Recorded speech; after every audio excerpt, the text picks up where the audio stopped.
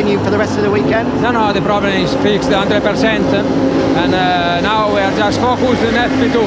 And just finally as well, whilst we had some interesting comments from inside the box, we heard from you saying that you felt that the new engine reached all of the targets that you'd set. You were quite happy with the performance improvement, but Fabio felt that it wasn't a step forward. Working on two more specs, and one will be ready for Valencia, and the other one in Malaysia. So, as I told you, for sure he had different expectation, but that day I really worked hard, you know, because it was a hot day, standing in the sun, and I stood there all day and this heat you don't know. So I saw that Fabio was stuck in the 32s, low 32s, with that aero, which you don't, you know, it's got to be 31s to be in the ballpark, you know. And so I could. Isn't he, Miller? Okay, let's put a little slide off. They feel the rate of change, you know, like when a two-stroke hits a power band, you go, whoa, you know, this thing feels fast. But all that does is break traction when you've got this amount of power and torque. You've got to have really. I rode, you know, Grand Prix racing motorcycle in the world, and it didn't feel fast because the delivery was beautiful. And you always want more power, and it makes your job easier. But Matt, as always, flying. The thing is, the Japanese manufacturers right now, in my opinion, aren't just behind in the engine, they're behind. But wouldn't it? Just Honda and Yamaha, the two most dominant manufacturers in MotoGP, it would have seemed unthinkable that they'd be left behind so much in the technology battle that's been raging in MotoGP. But that's exactly where we're at. The likes of Marc Marquez and Fabio Quartararo talk over the last 2 years, and maybe more in Marc's case, that they are still playing it far too safe, the Japanese. They've got this conservative culture when it comes to developing Guru in MotoGP. What he's done to transform Ducati into sort of midfield mediocrity sort of 7-8 years ago into the bike that everybody wants to ride now in MotoGP. It's things that the other area I forgot to mention a few minutes ago is electronics. That area as well. It's all areas that I can see at the moment. It's like they have not got a strong point against that know what to do and then listen to them, give them freedom to make some mistakes, but find the way, you know. But this is the new game, isn't it? And that was the brake marker. I kept braking too early. It looks like the corner's coming quicker than you think, you know. You're like, anyway, this next one, I really like it. It's more simple to understand.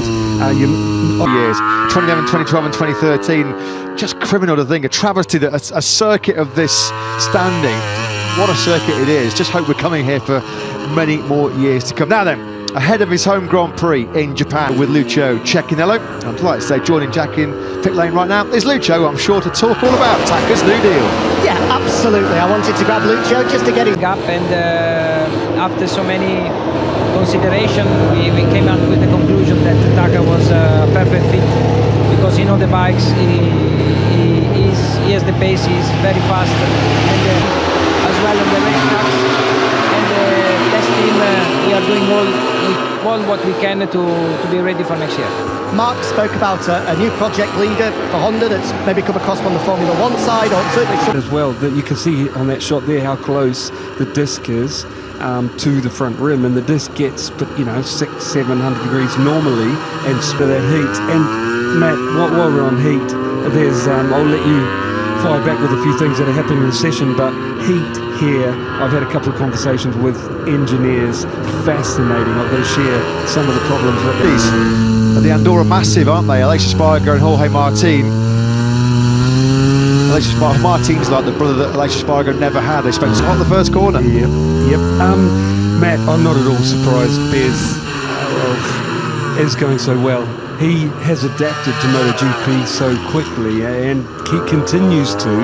I'm not surprised. Once you're midway, it's all right, but the entry, to know where to go, to know where to look, to know how fast to do that is very difficult. Even to know when to brake and when to release. And so the feeling I got in the... Any tech gremlins to bother him.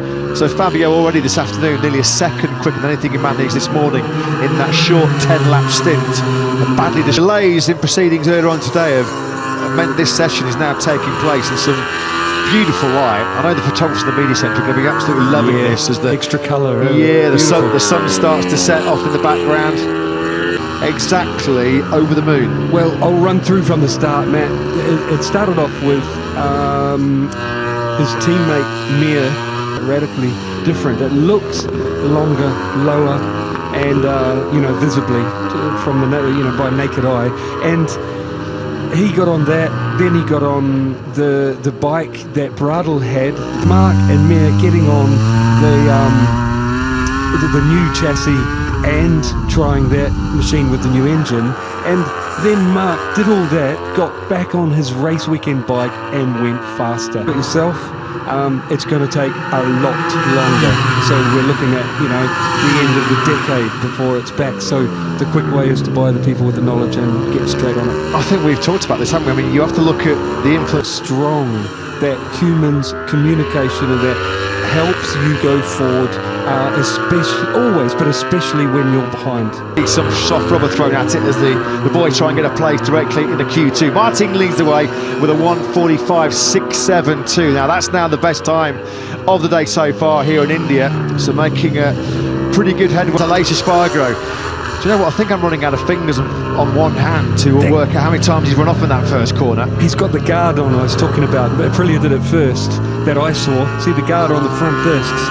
Between the discs. World taking on what looks like already been one of the best circuits in the world. It's just absolutely wonderful to be here, part of this inaugural Indian Grand Prix. 1:46.544, Fabio's up to 5th place, which given his mood this morning, Simon, that's not a bad job actually from Fabio.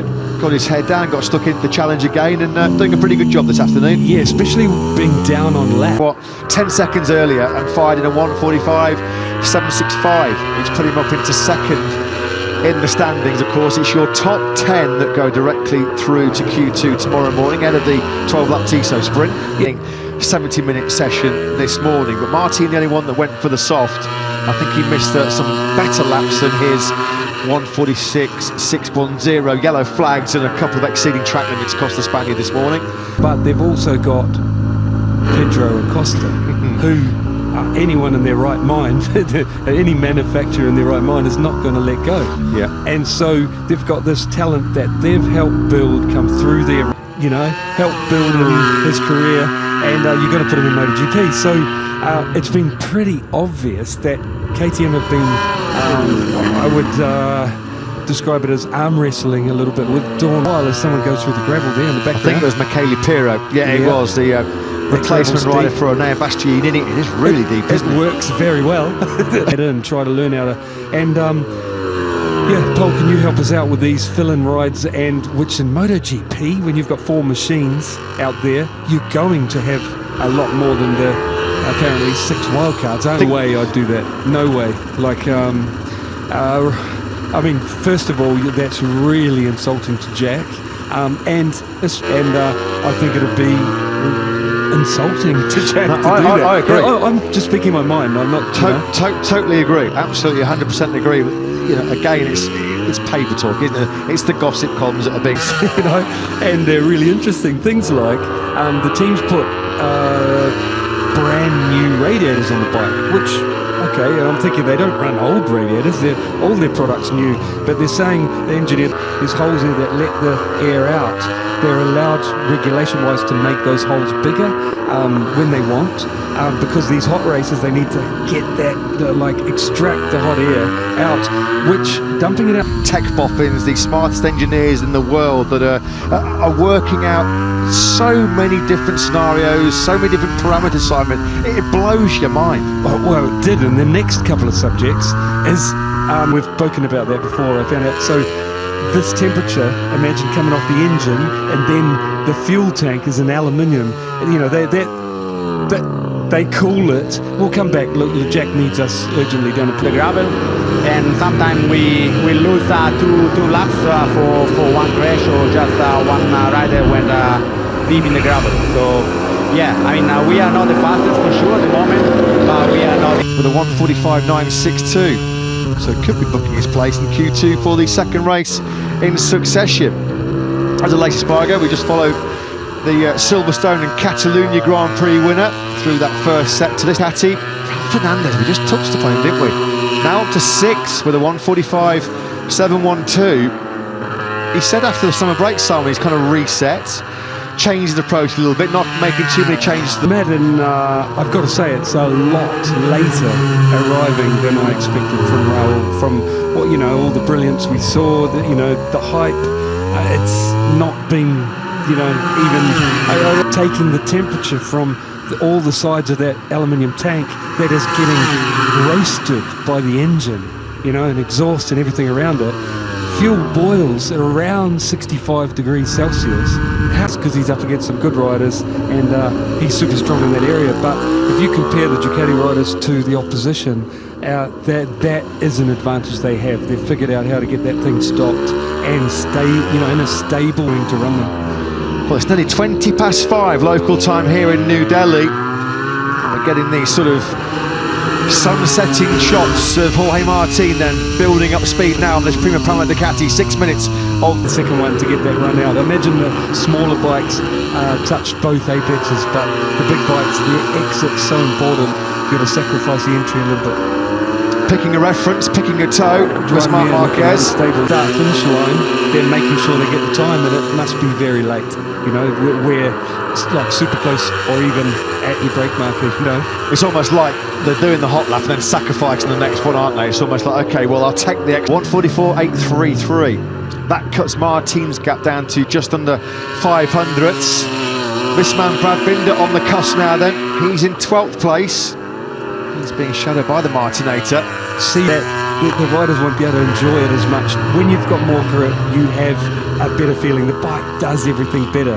And when you have less grip... Right at the start of this session, 30 seconds remaining then. Mark. First sector. Is he still following Marco Bezzecchi? Yeah, he is. Look, they're on the screens there, so he's still following Bezzecchi.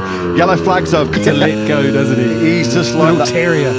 Proper little Jack Russell, nipping around your ankles, isn't he? Here is Binden on the 33 KTM, halfway through this third sector. He'll be praying now that there's no problem. Alicia Spargo, Marc Marquez, this man, Marco Bezzecchi, was quick as this.